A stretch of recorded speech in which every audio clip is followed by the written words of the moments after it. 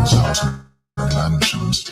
If it were not so, I would have told you, prepare a place for you. I will come again and receive you unto myself, that where I am, there ye may be also. And whither I go, ye know, and the way ye know. It's about time, man, because I'm ready to go home. I'm ready to get the kingdom. I'm ready to live. I'm ready to breathe fresh. I'm ready to have beautiful, pure women, okay? Not no strawberry hollis on this side. I'm ready to have children, man, you can vibe with, okay? Be around brothers. Be around the Lord himself, okay? I'm ready to go and visit places in the galaxy that we didn't know exist, all right? I'm ready to walk on sandy beaches, man, and explore the ocean floors. I'm ready to fly, okay? I'm ready to eat real food. Okay, I'm ready to drive a chariot, man. All right, I'm ready to minister to the Lord and to be ministered to, man. Okay, I'm ready to worship Yahushua in its full entirety. Okay, I'm ready for it. We're ready, man. I'm ready to see angels and greet angels.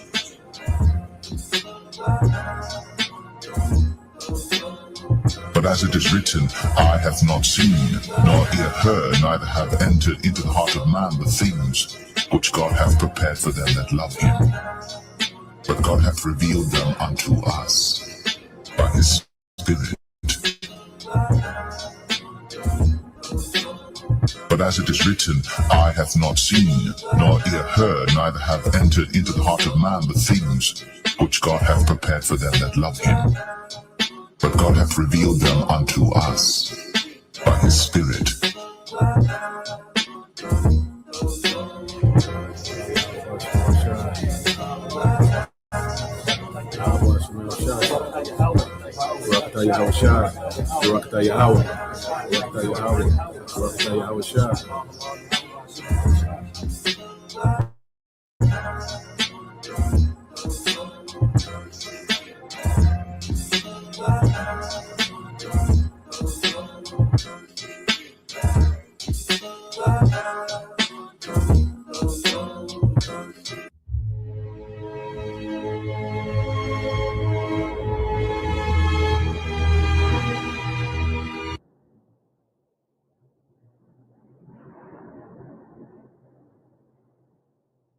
Repeating Mazda is how do they have to fuss all this?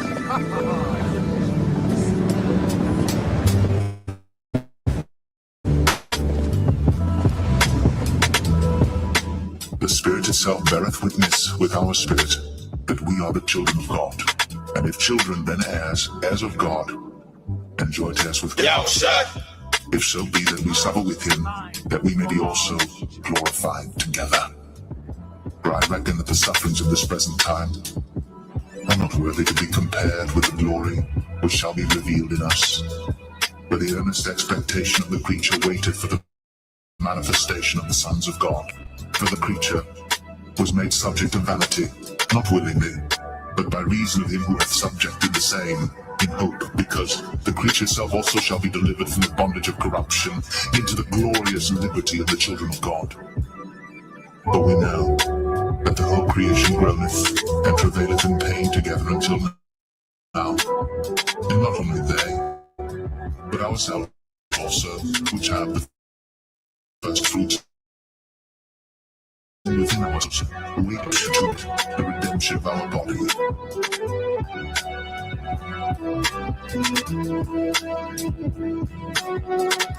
I will declare the decree. The Lord hath said unto me, Thou art my son. This day have I begotten thee. Ask of me, and I shall give thee the heathen for thine inheritance, and the uttermost parts of the earth for thy possession.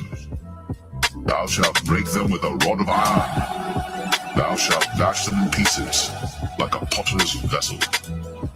Be wise now, therefore, O ye kings. Be instructed, ye judges of the earth.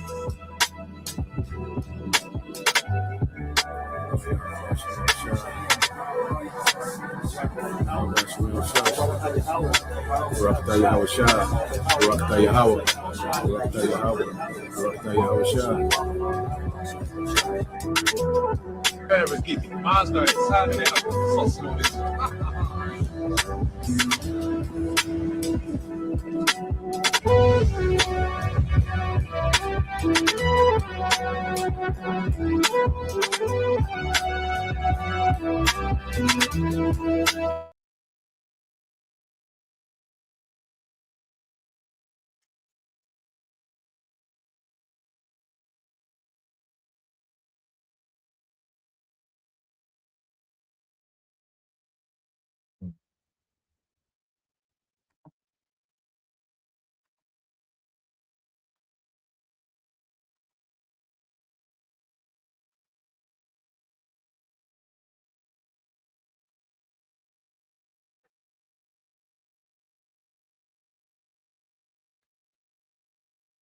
All right, Shalom.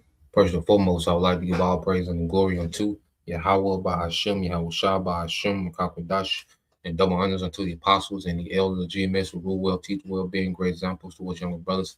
And peace and blessings and salutation to the hopeful elect out there pushing his word and truth.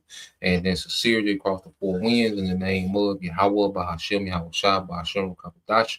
Pushing to get up out of here. Shalom to the hopeful elect, the believers or listeners who have came back to the obedience of the scriptures through faith in Yahweh Bashem Al Shai. All right, and coming with another morning news and prophecy. And what we're going to get into this morning, is how technocracy Esau's last card. All right, because we know within this technocracy, which this is what this so-called democracy is transitioning into, is a technocracy. Okay, a government ruled by technology. All right, and as John the Revelator seen in the book of Revelation, the 13th chapter, okay, that there was a device that was mandated, to be able to participate in this technocracy. Okay, and it's going to come to the time when he's going to mandate, this technology by death, according to Revelation 20. All right, and the 20th chapter, I believe the 24th. Okay, so we're coming into this time, and this is E's last card, because when he plays, this technocracy card and mandates this technology, the RFID chip, okay, that's it. That's his last card to play. And he's gonna have to deal with this war. All right, going nuclear, and he's gonna have to deal with the return of Yahweh Shai after he makes this technology mandate. So we're in some beautiful times, and we know leading up to this technology being mandated that the devil is going to bring all type of crisis, okay, to create desperation, okay, to present the C-hip as a salvation, as a fix-all, okay, and we're going to get into some things, man. And what we're witnessing is the ultimate blasphemy of Esau Edom towards the Most High with this technocracy, and the culture that he's established in the world, leading into the technocracy has been, okay, completely anti-Messiah and blasphemous, man. Which the scripture said he would do. So matter of fact, let's go here. Let's get this in the book of Daniel. Let's pull this up. Okay, the book of Daniel, chapter 7.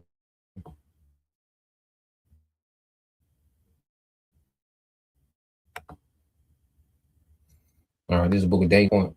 Well, verse 8. Daniel 7 and 8 says, I considered the horns and beheld there came up among them another little horn. And this is America. Okay, this little horn in Daniel 7 and 8 chapter, okay, is the American empire, which would emerge, okay, from the colonization of these of Europe, mainly from the British, okay, because America is what an offshoot of the British Empire. Okay, it says before whom there were three of the horns plucked up by the roots. All right, the British, the French, and the Spanish. Okay, America, all right, came out on top as the dominant empire, okay, of this beast system. Okay, and through the American empire, the elites, okay, have been able, to push the world towards this technocracy. Okay, that's why this technocracy has been American led. Okay, that's why you see, America, the elites was using America to make a big push towards technocracy. And the first thing they had to do was deceive the nations. Okay, they had to enchant the nations through what? America. All right, because America became the standard of the earth. The nations began to model themselves after America, man. Okay, and America was completely anti-Messiah. all right, and completely blasphemous against the Most High. Okay, it says, and behold, it is the horn, all right, in this horn were eyes like the eyes of men, and a mouth speaking great things. Okay, and the mouth speaking great things. So what we're seeing is Esau, has used America as this mouth speaking great things. America has been the voice, okay, of anti-Messiah in the earth. You look at American culture when these nations, when the elites crash these different governments and use the American economy and American military to do coups. Well, what do they bring in? They bring in anti-Messiah culture. You see, they know they establish an anti-Messiah culture and get people to worship the beast. Okay, it'd be easy for get people what to take the mark. Okay, when you look at these nations that collapse, all right, then you look at what happens to these nations. Even when you go into these like these GCC nations, Saudi Arabia, all right, UAE, these nations have been Americanized. Okay, they have these puppet leaders. Okay, but it's American culture. That's why you see these rappers, and that's why you see the nigga woman going to Dubai. Okay, you see, that's why she feels comfortable in Dubai. All right, because why? They have taken on, all right, the image of the beast. Okay, they've joined the beast in blasphemy against the Most High. That's why when the nigga woman go over there, what do? The most despicable things. Okay, they go do the most lewdest things with them Saudi princes, man. You know, or them shake princes, man. You see why? Because the world has taken on the image of the beast, man. Some more than others, man. But that's why there's going to be a global judgment and a global enslavement of the nations, man. Okay, because they've joined this beast. Okay, they joined Esau, Edom, this beast system in the last days, speaking great things. And even when you go to Revelation 13, and we're going to get that. I got a few things I want to get into dealing with blasphemy. Okay, but when you get Revelation 13 and 1, it says, "And I stood upon the sand of the sea and saw a beast rise up out of the sea, having 7 heads and 10 horns." Now the sea represents the people. Okay, and Esau, Edom has had different empires that would arise amongst the people. Okay, these 7 heads represents those 7 empires. Okay, that Esau has ruled out of. All right, the Greeks, the Romans, all right, Germania Major, Germania Minor, the British, the French, and the Spanish. Okay, and then you had the way the Roman Empire was set up. It had these vassals because Rome was Esau's vastest, okay, empire. Okay, and amongst those empires, you had amongst the Roman Empire, you would have these vassals set up, okay, that had their alliance to Rome. They had a sub autonomy. They had certain, privileges under the Roman Empire. Okay, but they were subjugated to, all right, the Roman government. Okay, and they were subjugated to what? To aid Rome in his military, all right, campaigns. Okay, just like NATO and the EU was set up to aid, okay, America in his campaigns. Okay, it says and upon his head the name of blasphemy. You see that? So Esau's empire is associated with blasphemy. Okay, and when you jump down, okay, to verse 13, and it says, "And I saw one of his heads as it were wounded unto death," one of the heads of this beast, and this is the Roman Empire. Was wounded during what they call the Dark Ages, and his daily wound was healed, and all the world wondered after the beast. So the Renaissance is a revival of the Greco-Roman Empire. Okay, and this Greco-Roman Empire has now went global. It has encompassed the whole globe. Okay, that's why you have people in South Korea, Africa, okay, Australia. They all wandering after the beast. They model their governments after this beast. Okay, after the dragon and the Roman Empire. Okay, so we're seeing the world enchanted. Okay, by this beast that was what they had this deadly wound. all right, one of the heads of this beast, which is Rome, that had the deadly wound, and it was healed. Okay, and we're living in that time when this wound has been healed, man. But see, the Most High, Yahweh Shai, he's coming, all right, to destroy, to cut the head off the snake this time, man, once and for all. Okay, and it says, and they worship the dragon, which gave power to the beast, and they worship the beast, saying, "Who is like unto the beast? Who is able to make war with him?" Okay, so what Esau has gotten people to do is to worship the dragon, man. Esau has gotten people to worship pagan Rome. Okay, everyone that loved this current beast system, well, they are worshiping the image, all right, the replica of pagan Rome, just more technology, man. Okay, and they look at this system as if this system can never collapse. Who can make war with him? Okay, and they look at this system as a god.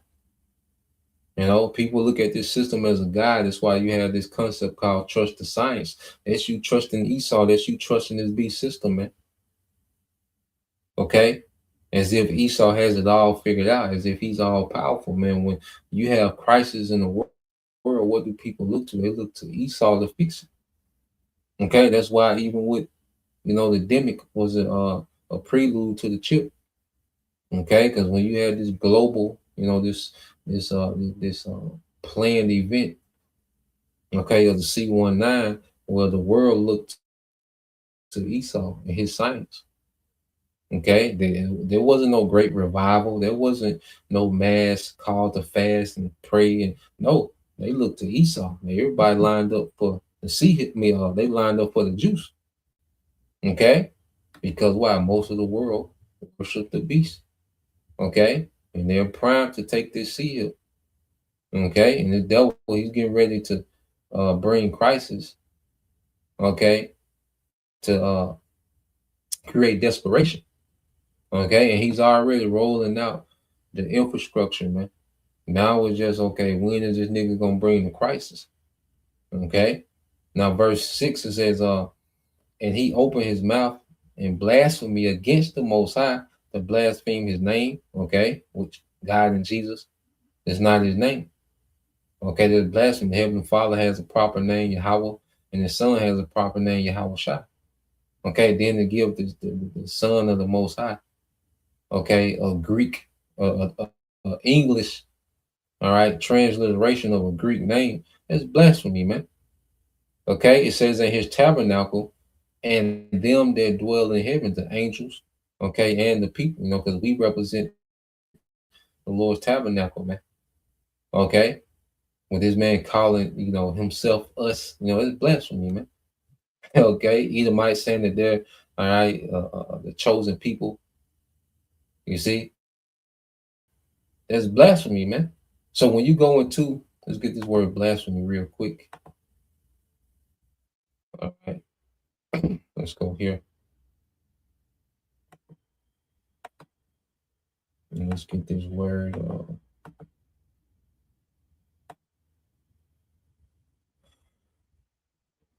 Let's see. Yeah. So you go into the definition of blasphemy. All right. It says blasphemy is the act of showing great disrespect, contempt, or lack of reverence towards the Most High, a religion, or something considered sacred. And this is what we see in Esau's kingdom. There's a great disrespect. Okay, this nigga gave a whole month, all right, to alphabet. That's blasphemy, man.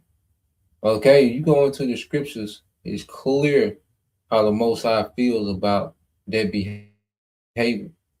Okay, Solomon and Gomorrah was an example. And what does Esau do? He hypes, he markets, okay, the abomination, man. Okay, he markets, okay, feminism. That's blasphemy. That ain't the order the Lord set up. Okay, he blasphemed. Esau markets the things that the Lord's hate, man. This is ultimate disrespect. Him trying to monitor and track people's thoughts, and that's blasphemy. That's the Most High's. Okay, that's his seat of power. You see, that's what he does, man. Trying to recreate food, and that's the Most High already did that. Okay, You see, trying to mimic the miracles of Yahweh Shah. This is all blasphemy, and it's a lack of reverence towards the Most High. This whole New World Order is a lack of reverence towards the Most High, man. You know, that's why the destruction is going to be so devastating, man. You know, that's why the Lord is going to do a global judgment, man, because this blasphemy has spread throughout the world to where you got all these nations on board. Now, I looked up real quick on the Google, then I got this video going to a the Technocracy. Now it says trying to replace the Most High with technology can be considered blasphemy or idolatry in many major religions. This act places human inventions above the Creator. It treats machines or artificial intelligence as if they hold supreme power, wisdom, or moral authority. Okay, and this is how this man is trying to establish his AI. Okay, as if AI, you know, is all knowing. Okay, his AI is all seeing, all powerful. Okay, and it can replace the Most High. AI, you know, has the true wisdom. If AI doesn't verify it, then it's not true. Okay, moral authority, trying to establish moral authority through AI. AI gets to decide who lives. Okay, according to the data. You know, according to the data, AI gets to decide who lives, what's moral, what's right. Okay, going to their social credit score. Okay, so let's go here real quick. It says false God said elevating code or data to a divine status worships a tool instead of the maker.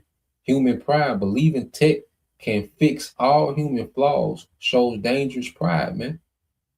Okay, and this is dangerous pride because he's going to present this technology. How is he marketing this technology to fix all? Well, look, the technology is going to fix the economy. No more inflation. Okay, technology is going to fix health. Okay, all full AI hospitals. Okay, AI is going to create, you know, world peace and all this BS that he's peddling. Okay, it says reducing. It says loss of soul. It says reducing life to mere data ignores the sacred and spiritual parts of being human. And this is what the devil wants to do, man. He wants to reduce life to a data. Okay, this is very corner. This is a low frequency what this man is trying to pull off, man. Okay, it's very unnatural what this man is trying to do. Okay, and it's blasphemy against the Most High. Okay, and that blasphemy is gonna get met with judgment, man. So let's go from there. I got this video here. I want to get dealing with technocracy, man. He pretty much sums up a lot of things, you know, of what we're seeing. Okay, so let's play this. I'll put the link.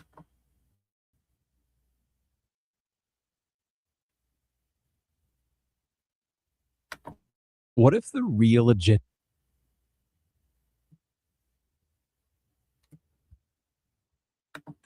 behind flock cameras and data centers was something so dark and so frightening and diabolical that most Americans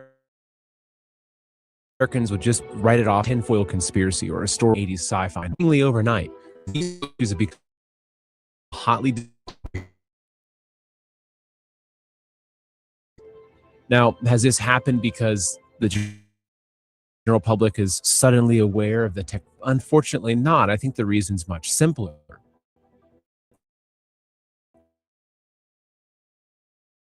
I think it's because these things started affecting average, everyday Americans.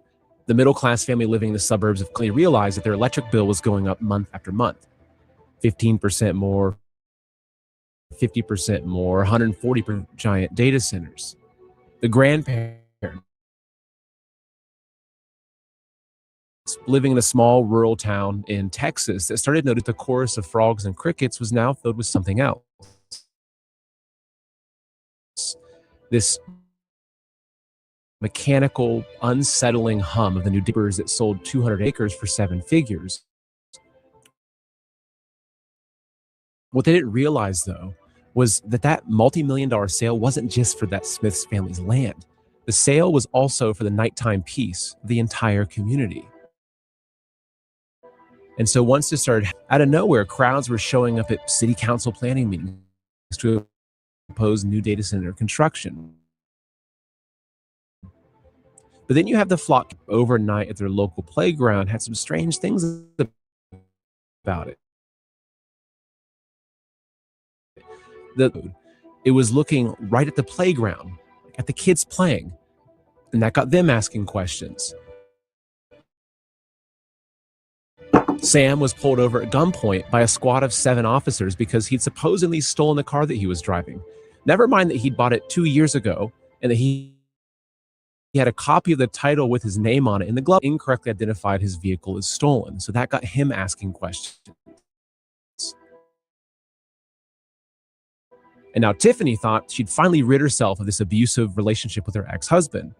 But then she noticed him appearing in the public places that she visited, watching her at the local park.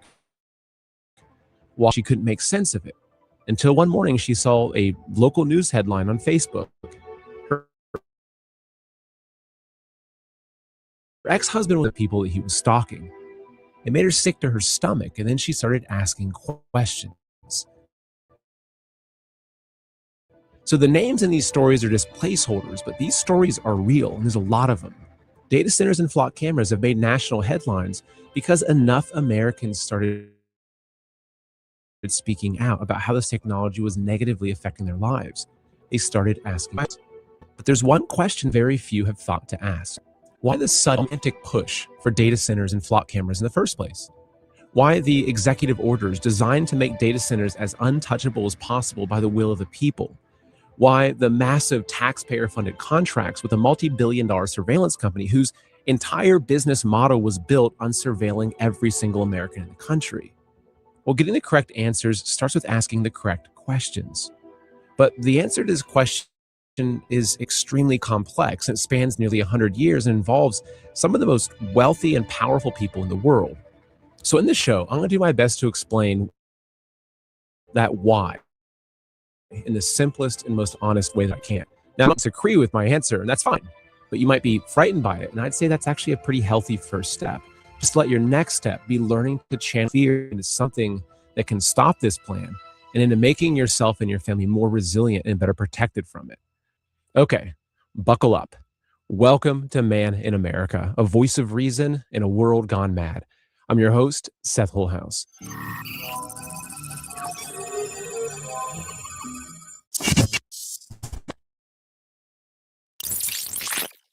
So this is kind of a special episode where I'm going to attempt to tackle this incredibly complex issue and hopefully make it easier for you to understand because it's very, very important.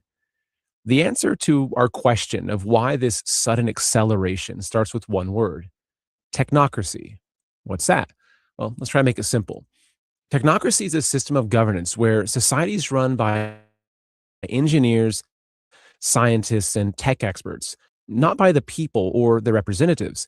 In its original form, it proposed getting rid of our price-based economy and replacing it with one where unelected experts control the production and distribution of all resources, and where every citizen's consumption is measured, allocated, and monitored. So think about this. Imagine one brand of car owned by the government with a price that's set by the government. No other brands of cars, right? But you couldn't buy this car. You could only exchange your energy credits or your tokens for access to use it.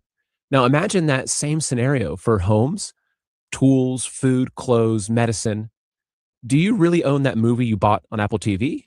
No, you own a license to access it, and they can revoke that license at will. So in this system, there's no voting, there's no property rights, there's no ownership. It's just a terms of service agreement, all managed and controlled top to bottom by people who believe that they know how to run your life better than you. And here's the fatal flaw at the heart of it. It's a question that no algorithm can answer, no AI can answer. Who decides what is fair, what's just, or what's legal or moral? Because technology doesn't create values, people do. An algorithm can optimize traffic or track energy token allocation, but someone and people don't create value. The values come from Yahweh Bashem Al Shai. Okay? There's only one way to run the planet Earth, and that's through the laws, statutes, and commandments of Yahweh Bashem Al Shai. Matter of fact, real quick, if a brother can put Ecclesiastes chapter 12, let me see, real quick. Okay, and Esau has confused, the masses, of what's right, what's wrong, what's morals, my truth, my truth, not your truth, all this confusion, to where he's able to interject his madness, man. Okay, but there's a simplicity in Yahweh Bashem Al Shai. Okay, and here it is, the richest king, the wisest king that ever lived, came to a conclusion. Okay, and King Solomon was far wiser than some goddamn AI. Okay, much wiser than some damn AI. Okay, yes, so Ecclesiastes 12 and 13, Baba Kashah. If a brother can post it, you see. So yeah, the devil wants to try to measure, every bite you take. He wants to measure your calories. That's why, you have, these biometric devices. Okay, what you call these health wearables, which you can use them. They have a use. Okay, but what are these things doing? Okay, they're training AI, to measure. Okay, your biometrics, man. They can measure your footprint. Okay, in existence, he's trying to quantify your existence to a carbon footprint. Okay, you don't ate this many calories. You don't, you weigh this much. You don't walk this much. Okay, well, you only walk so many steps. Well, according to how many steps you walk, all right. Well, you only allow this much, man. Come on, man. Okay, this would be the New World Order would be extremely tacky, man, and flawed. Okay. This is Ecclesiastes 12 and 13 said, let us hear, this is brother servants of Yahushua, let us hear the conclusion of the whole matter. Fear the Most High and keep his commandments, for this is the whole duty of man. Okay, and this devil wants to overcomplicate every goddamn thing, man. Has overcomplicated every goddamn thing. Okay, that's why it's nothing but divisions and clashes in the earth, man. That's why the earth is just a continual big argument, man. Okay, most people conversation is just a goddamn argument, man. Under this man's rulership, because he's done overcomplicated every goddamn thing, man. You see, but when you get down to it, man, hey, King Solomon came to the conclusion, look, hey, fear the Most High and keep his commandment, for this is the whole duty of man. Okay, so let's play some more of this. Upstream already decided what counts as success and which trade-offs are acceptable. So do you think it's an accident? Heck, it doesn't eliminate rulers. It hides them behind a machine.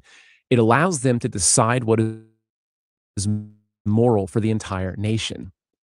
I recently interviewed Patrick Wood, an author who's studied technocracy for decades and runs the website Technocracy News. It's actually a really good resource I've used for years on my own research. So this interview was one of those genuinely aha conversations for me, where a dozen topics I knew were my takeaway. This ideology of technocracy isn't even close to new. It's nearly a century old. Technocracy was born that they could run society better than markets or property or elected government officials ever could. And that decision was almost certainly funded and directed by a small group of very powerful people. So as Wood put it, scratch, and they nearly pulled it off. One prominent technocrat wrote a book arguing, in Wood's words, that, quote, FDR should declare himself dictator, dismiss Congress, and appoint technocrats top to bottom to run the country.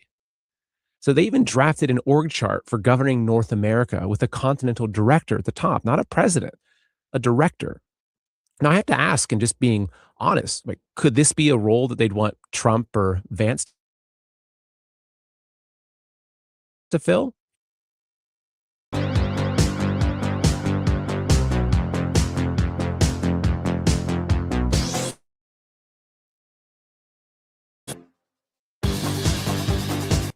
And what this shows you as well is how old this scheme goes back. You know how far back it goes, almost 100 years. Okay, but they didn't have the technology to pull it off, and they for sure didn't have the buy-in. Okay, but now as information has increased and people are more enchanted and more dumbed down and more dependent on the government, they're in a much better position to attempt to pull this off. Okay, but it just shows you how far back this goes. All right. And in the 70s, they really, tapped back into it and started to roll out the system, okay, around people not knowing they've been building this thing out, since the 70s, man, as far as the infrastructure. Okay. And even when you go back to the 30s, because going back to the 30s, that's when you have a social security card, which was a form of what? Tracking, keeping tabs on everyone. Okay. So this thing has been, they've been building this thing out for a while, man. And they'll say this is last card. And he's so far in that he got to come on in with it.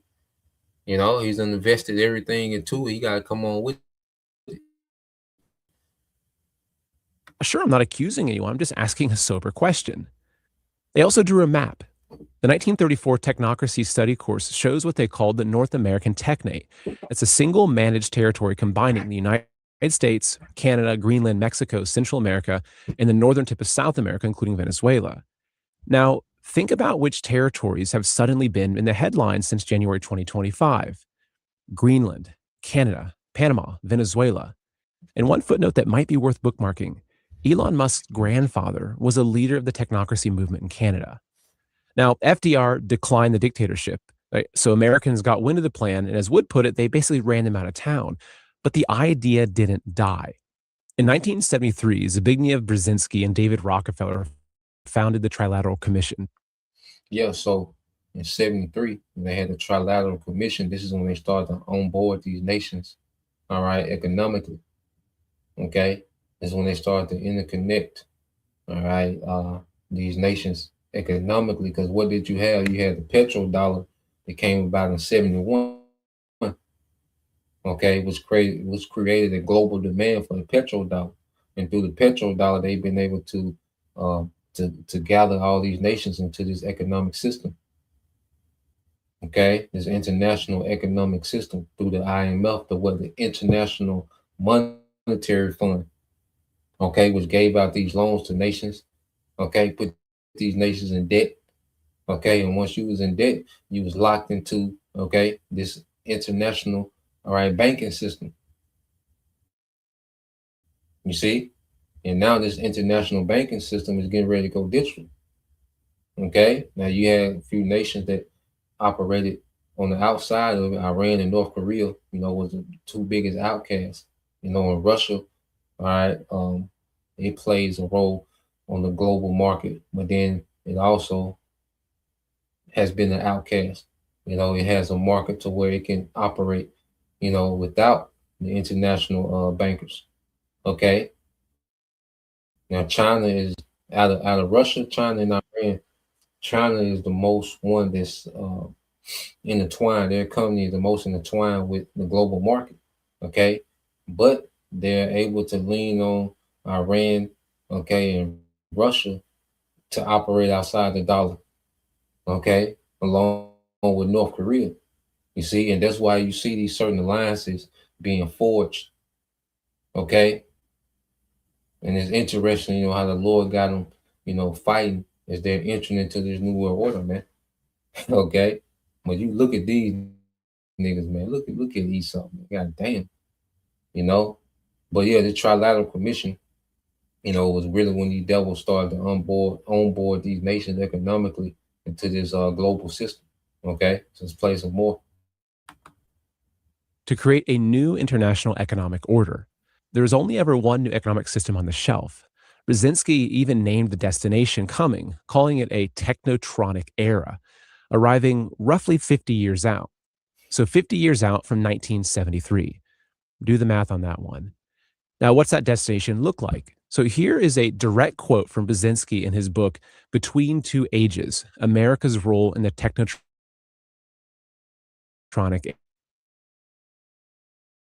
era, which he wrote in 1970.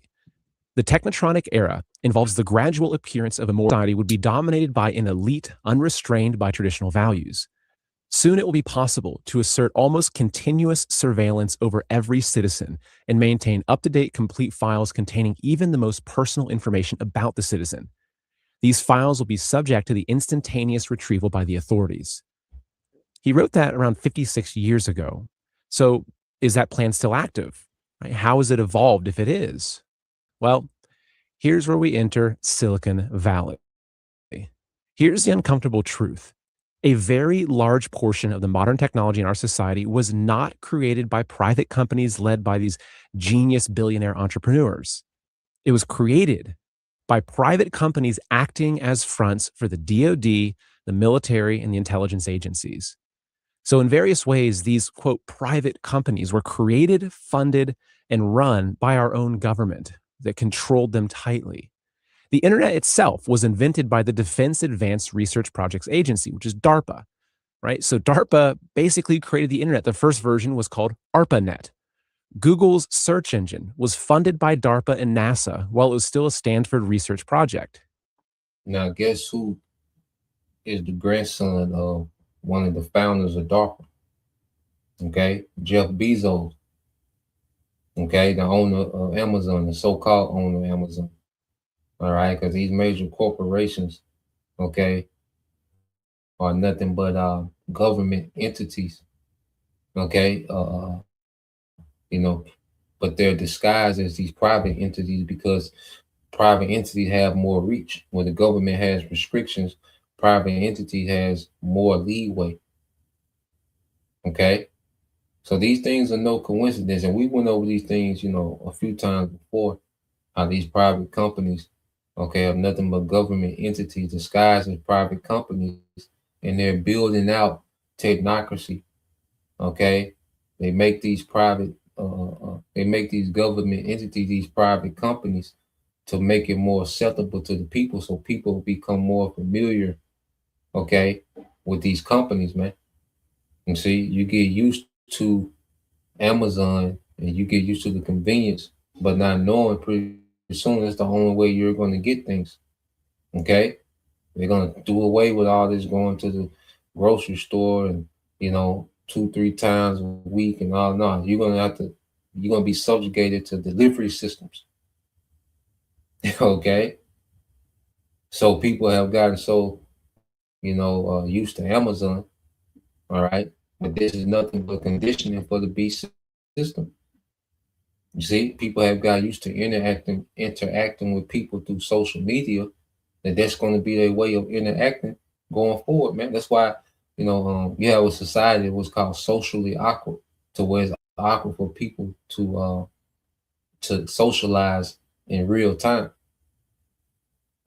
People have no social skills in real time, but they're the most sociable things ever on the internet, and it's just conditioning people for technocracy, man. All this social media, Amazon, the internet, the Ring cameras, the AI, people using AI, getting people familiar with AI, and looking at AI as a tool, okay, and not a supervisor, okay, not a part of a digital prison that's being built out, okay. So let's play some more. He's going to go into some more companies as well. Okay. Larry Ellison built the database technology that became Oracle for the CIA. The project's code name under the CIA was literally Oracle. Palantir, which is now basically the technological backbone of our government, was seeded by In-Q-Tel, the CIA-owned venture capital arm. And in February 2004, DARPA shut down a project called LifeLog. Now, LifeLog's goal was to build a digital record of everything a person does, everywhere they go, everyone they know. So they shut it down, and Facebook was launched the very same day. The iPhone, literally the most popular phone in the world, is basically a bundle of government-funded technology. For goodness sakes, even Siri started out as a DARPA AI project. Now, think of how significant these companies and this technology is. The internet, Facebook, Google, Oracle, Palantir.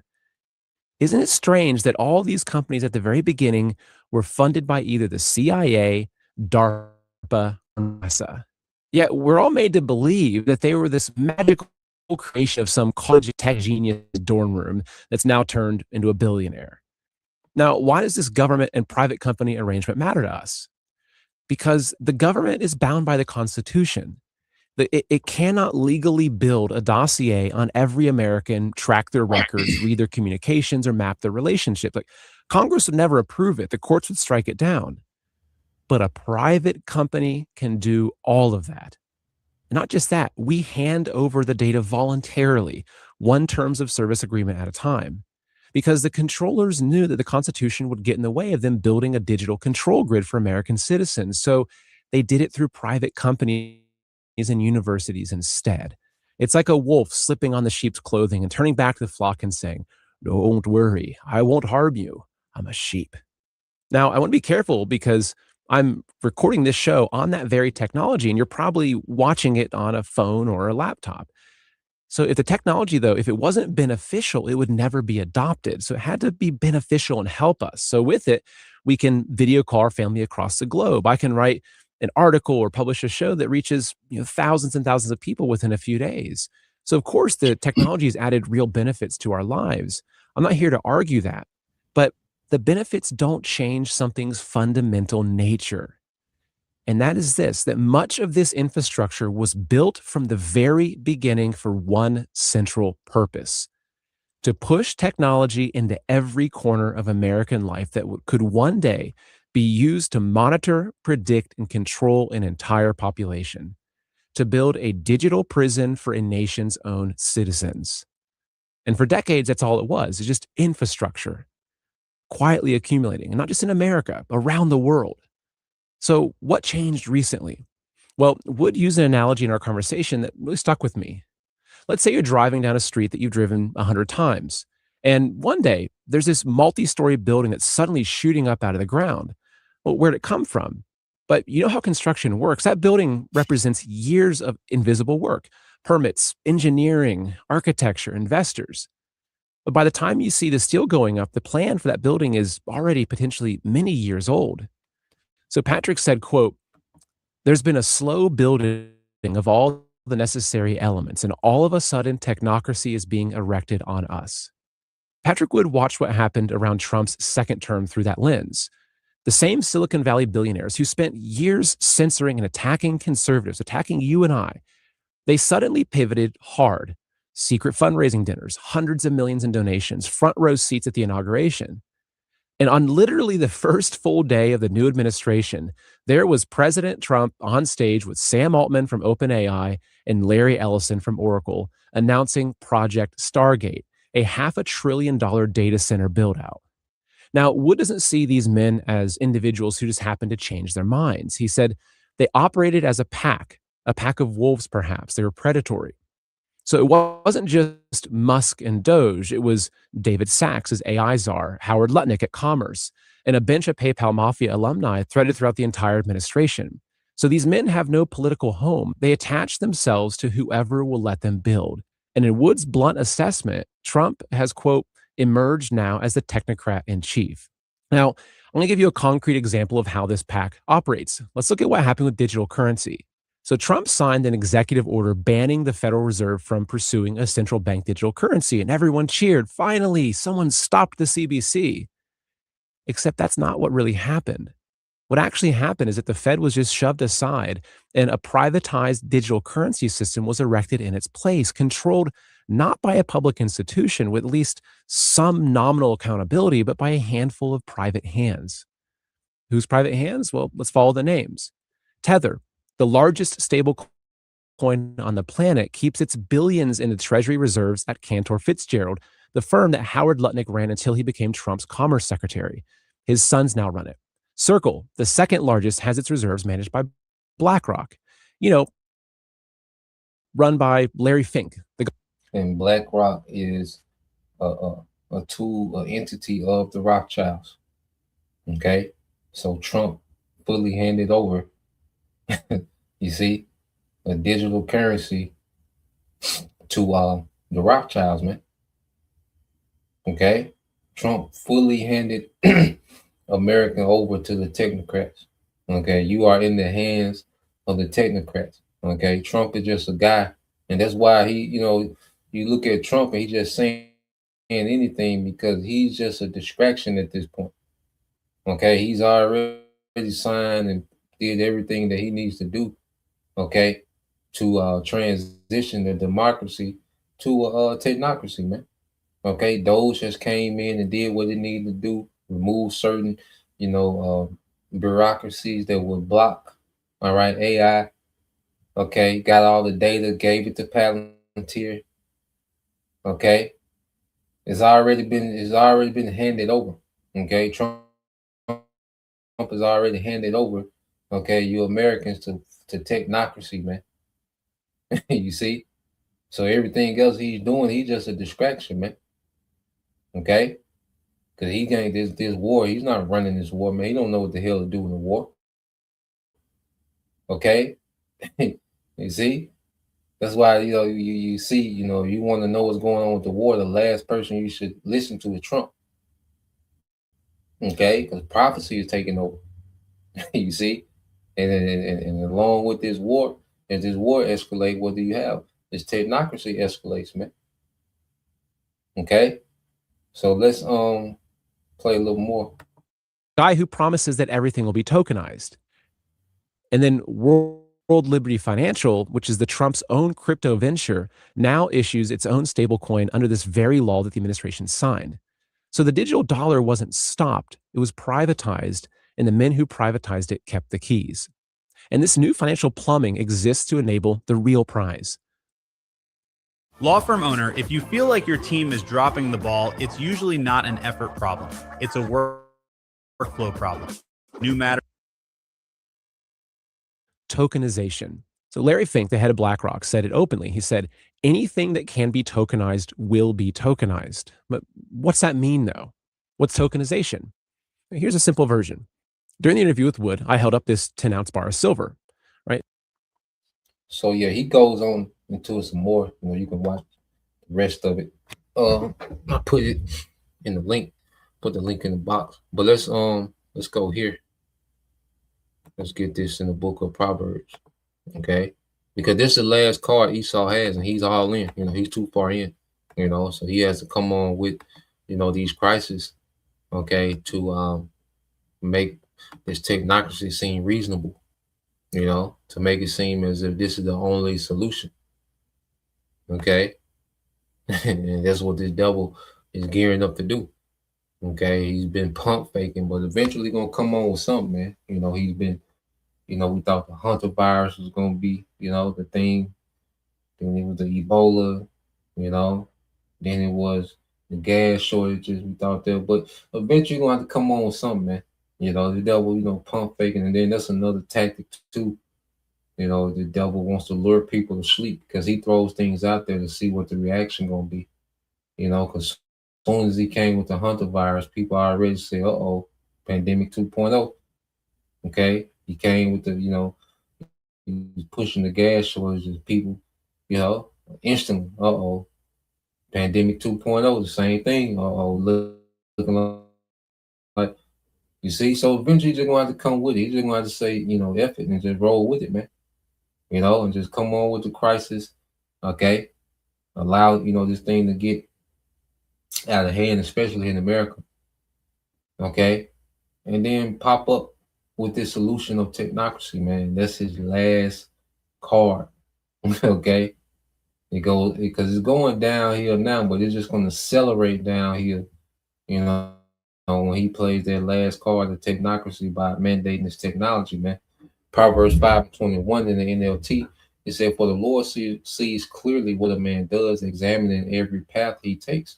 Okay, so the Lord clearly sees what this devil is doing. The devil's not doing nothing, and the Most High is having to catch up. Okay, no, man, this man is doing exactly what he was programmed to do and created to do from the beginning. Okay, just as you have the elect predestined from the foundation of the world, what Esau was predestined to be, to do, and do exactly what he's doing right now. Every step, every move he's making was already predestined.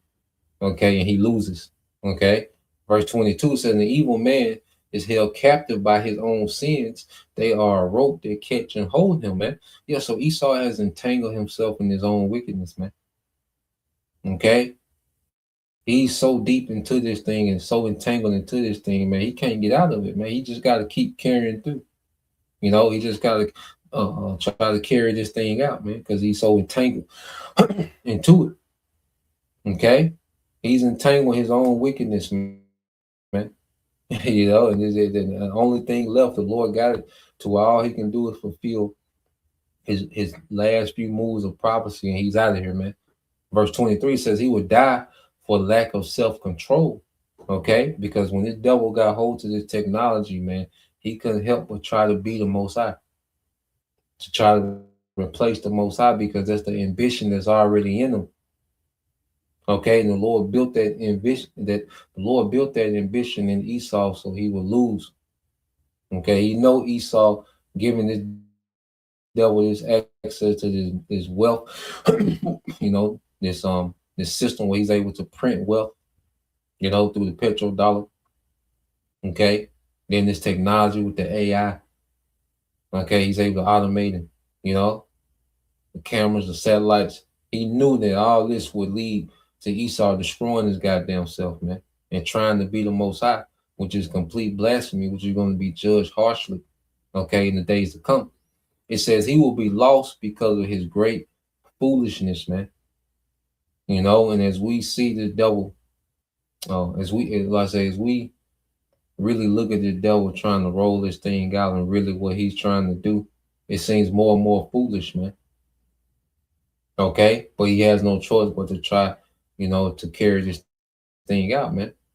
Okay, so yeah, man, we some beautiful times, you know, we're watching the devil, um, uh, uh, yeah, we're watching the devil, you know, getting ready to play his last card and be judged, you know, and this is the fate of the saints, man. Okay, is Esau Edom finally being judged, man? Okay, this beast system being destroyed. Okay, and Yahweh Shah delivering his remnant. So we're here, man. The stage is set. So it's just the ball is in the court of Esau, man. Like he got to come on, what he got to come on with, so he can mandate these things, man. You know, and that can be an any day scenario to where something drastic can happen and throw everything into crisis mode. Okay, so it's just a thing of waiting. You know, it's the waiting game. You know, so Lord will, you know, you brothers are at the end.